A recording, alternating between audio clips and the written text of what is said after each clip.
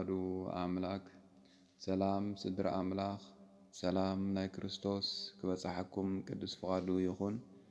እዚ ዘለናዮ ሰለስተ ዕለታት ማለት ካብ ሶኒ ክሳዕ ረቡዕ ዘሎ ዕለታት ጾመ ነነውየ ስለ ዝኾነ ብዛዕባ ጾመ ነነውየ ዘብርህን ዝምህርን ድማኒ ትንቢተ ዮናስ ብሰፊሑ ስለ ዝኾነ ከም ሰናይ ፍቃድ እግዚአብሔር ንትንቢተ ዮናስ ብመልክዕ ድምፂ ከነቕርቦ ኢና እሞኒ ኣብ ዘለናዮ ክንከታተሎ በረኸት ክንረኽበሉ እግዚአብሔር ይሓግዘና። በስመ አብ ወወልድ ወመንፈስ ቅዱስ አሐዱ አምላክ። ትንቢት ዮናስ ብዛዕባ ሓደ ትእዛዝ እግዚአብሔር ኣይፍጽምን ዝበለ ነቢይ ዝነግር ዛንታን ብዛዕባ ዝተጋጠሞ መከራን ዝገልጽ መጽሓፍ ስለ ዝኾነ ካብተን ካልኦት መጽሓፍቲ ትንቢት ፍልይ ዝበለ መልክዕ ዘለዎ እዩ። እግዚአብሔር ንዮናስ ናብታ ርእሲ ከተማ አሶር ዝኾነት ነነውየ ክኸይድ ኣዘዞ።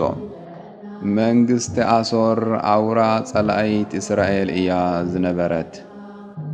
ዮናስ ግና እግዚአብሔር ከምቲ ዝበሎ ገይሩ ንነነውየ ኣይከትፋን እዩ ኢሉ ስለ ዝኣመነ ቃል እግዚአብሔር ሒዙ ናብታ ከተማ ክኸይድ ኣይፈተወን።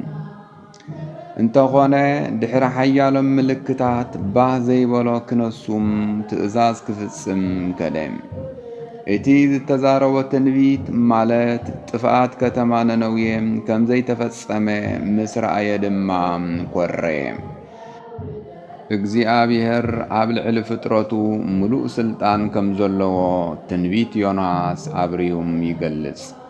ልዕሊ ኩሉ ግና እግዚአብሔር አምላኽ ፍቕርን ምሕረትን ከም ዝኾነ ንጸላእቲ ህዝቡም ከዓ ካብ ምጥፎኦምሲ ምምሓሮምን ምድሓኖምን ከም ዝፈቱም ይገልጸልና።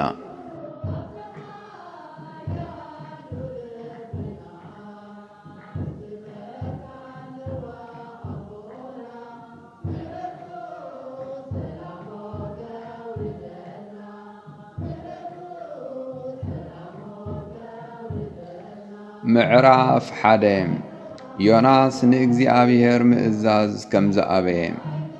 ሓደ መዓልቲ እግዚአብሔር ንዮናስ ወዲ ኣሚታይ ተንሱ እሞ ናብ ነነውየ ናብቲ ዓባይ ከተማ ኪድ። እከይ ህዝባ ዓብዪ ከም ዝኾነ ፈሊጠ ኣለኹ እሞ ኣንጻራ ስበኽ በሎ። ዮናስ ግና ካብ ገጽ እግዚአብሔር ከሃድም ናብ ተርሴስ ተበገሰ። ናብ ኢዮጴ ከዓ ወረደ። ናብ ስፔይን እትሓልፍ መርከብ ድማ ረኸበ። ካብ ገጽ እግዚአብሔር ምእንቲ ክርሕቕ ምስኣቶም ናብ ስፔይን ክኸይድ ከዓ ዋጋ ኸፊሉ ናብ መርከብ ኣተወ። እግዚአብሔር ድማ ናብቲ ባሕሪ ህቦብላ ንፋስ ሰደደ። እታ መርከብ ክትስበር ክሳዕ እትቐርብ ኣብቲ ባሕሪ ብርቱዕ ማዕበል ኮነ። እቶም ባሕረኛታት ድማ ፈርሑም፣ ነፍሲ ወከፎም ውን ነናብ ኣምላኹም ተማህለለ። ምእንቲ ክፈኹሰሎም ከዓ ነቲ ኣብታ መርከብ ዝነበረ ኣቑሑ ናብ ባሕሪ ደርበይዎም። ዮናስ ግና ናብቲ ታሕታይ ክፍሊ እታ መርከብ ወሪዱ ተገምሲሱ ከቢድ ድቃስ ውን ደቂሱም ነበረ። እታ ሓለቓ መርከብ ከዓ ናብኡ ቐሪቡ ኣታ ደቃሲ እንታይ ትገብር ኣለኻ? ተንስ ምናልባሽ ራህሪሁም እንተኣድሓነና ናብ ኣምላኽካ ተማህለል በሎ። ንሓድሕዶም ድማ እዚ መከራ እዚ ብሰርመን ይረኽበና ከም ዘሎ ምእንቲ ክንፈልጥሲ ንዑ ዕጫ ነውድቕ ተባሃሉ። ሽዑ ዕጫም ኣውደቑም። እታ ዕጫ ከዓ ኣብ ዮናስ በጽሐት።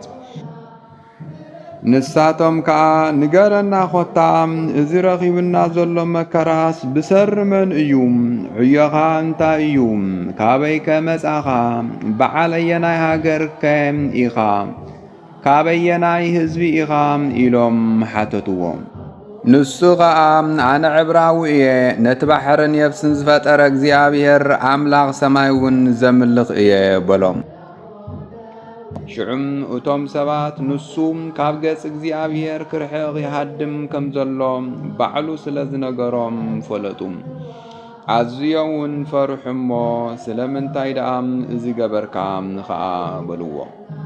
እቲ ባሕሪ ማዕበሉ እናበርትዐ ይኸይድ ስለ ዝነበረ ኸዓ ንሳቶም ባሕሪ ካህድኣልናስ እንታይ ንግበር በልዎ። ንሱ ድማ እዚ ብርቱዕ ማዕበል ብሰረይ ከም ዝበፅሓኩም ፈሊጠም ኣለኹም እሞ ኣልዒልኩም ናብ ባሕሪ ደርቡይኒ እቲ ባሕሪ ኸዓ ካህድኣልኩም እዩም በሎም። እቶም ሰባት እናቐሰፉ ናብ ምድሪ ክምለሱ ኣበርቲዖም ይጋደሉ ነበሩ። ግናኸ እቲ ባሕሪ ማዕበሉ እናበርትዖም ስለ ዝኸደ ኣይኮነሎምን። ሽዑ ኦ እግዚኣብሔር ንልምነካ ኣለና፣ ህይወት እዚ ሰብ እዚ ስለ ዘጥፋና ኣይትቕፅዓና።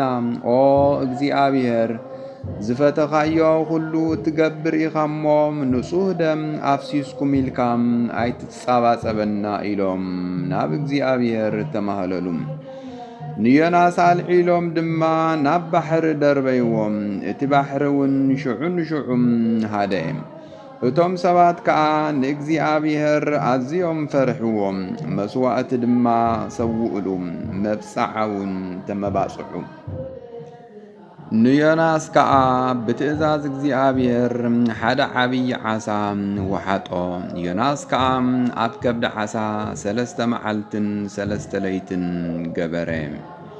ትንቢተ ዮናስ ምዕራፍ 2 ይቕጽል።